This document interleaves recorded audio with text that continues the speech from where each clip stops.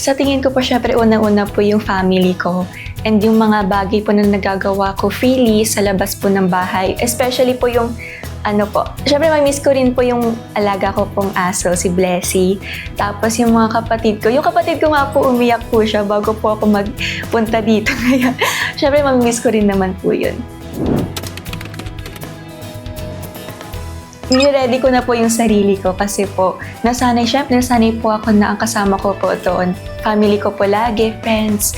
Pero yung mga kasama ko naman po sa bahay, syempre magiging part na rin po siya ng family ko. Kaya excited din po ako kaya nire-ready ko po yung sarili ko.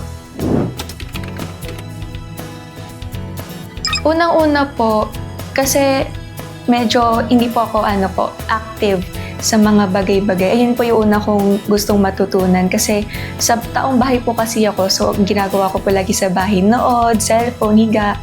Tapos, pangalawa po, gusto ko pong matutunan makipag-socialize po. Kasi, ayun nga po, taong bahay po ako, hindi ko po alam kung paano makikipag-usap po sa mga ibang tao.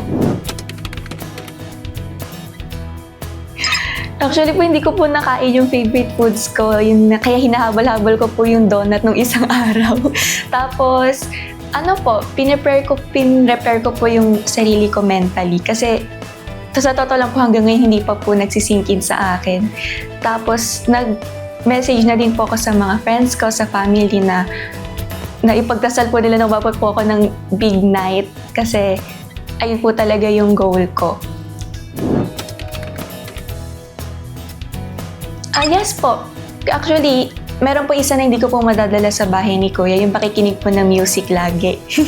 Tapos sa mapagawaing bahay, lahat naman po kaya ko pong gawin except po sa magluto.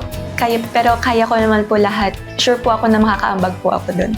Mga kapuso at kapamilya, tumutok gabi-gabi sa Pinoy Big Brother Celebrity Collab Edition 2.0 dito lang sa GMA.